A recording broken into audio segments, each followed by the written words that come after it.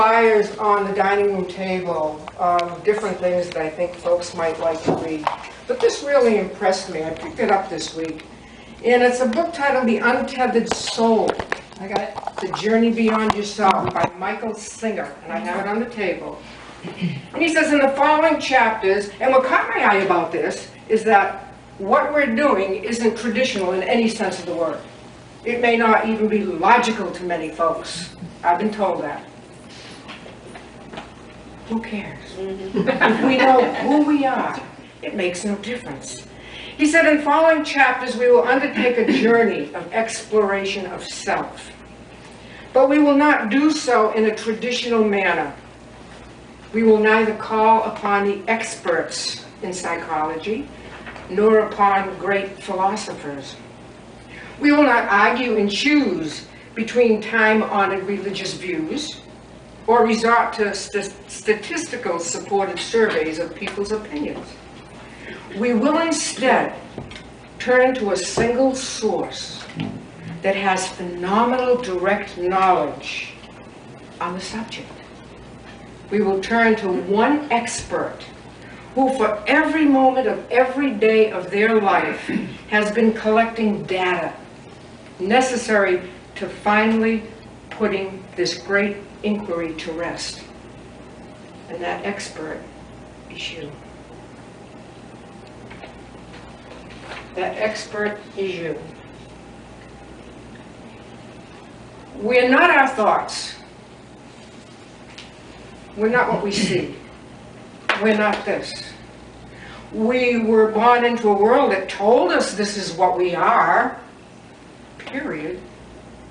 But then as we grew older, and got a little bit older, and we realized that what we were shown or taught, or what we observed, wasn't making all that many people too happy, so something was missing.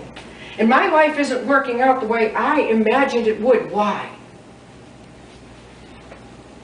It doesn't, because from the moment we're born, we're impressed and we're imprinted with everybody else's thoughts and views and opinions and religious beliefs and political beliefs, and we don't have one original thought of our own.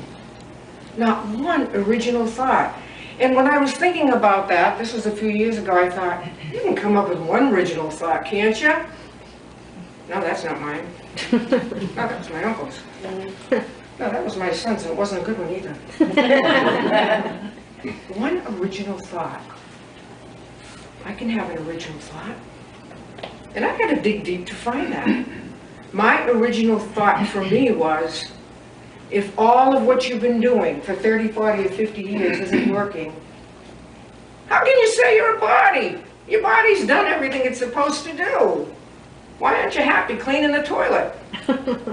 Why aren't you happy running through the market and then standing in a line behind 5 or 6 people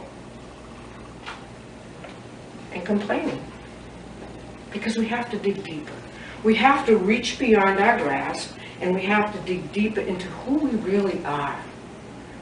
And once we discover the essence of who we are, the rest follows. The body will follow the spirit.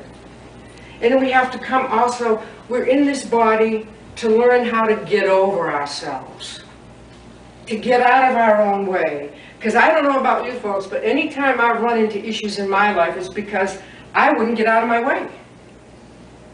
I could do it better, I could do it faster, I could do it quicker, I could do it cheaper, I could do it. I never did. I never did.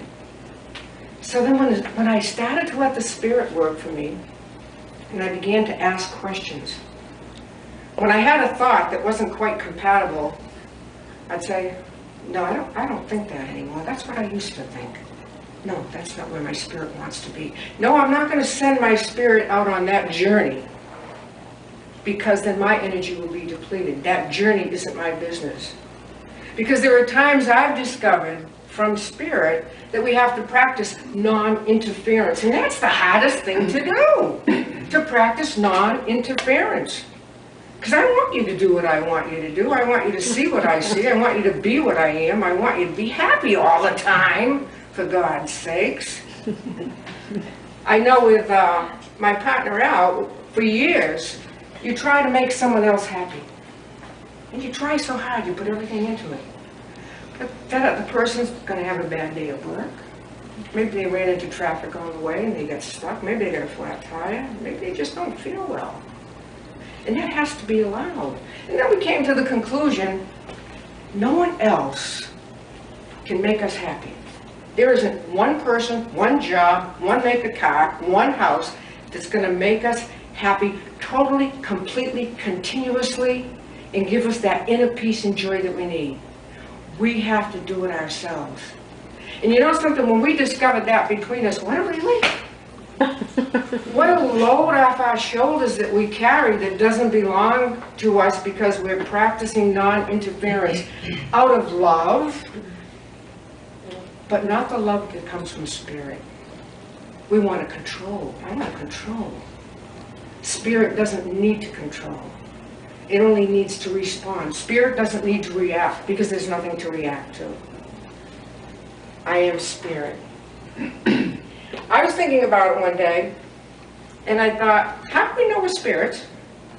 I can get around in this body. It certainly will. But how do I know there's a spirit in here? Well, let's see. If you swoop my spirit out, and I have no breath, I'm not a body either, am I?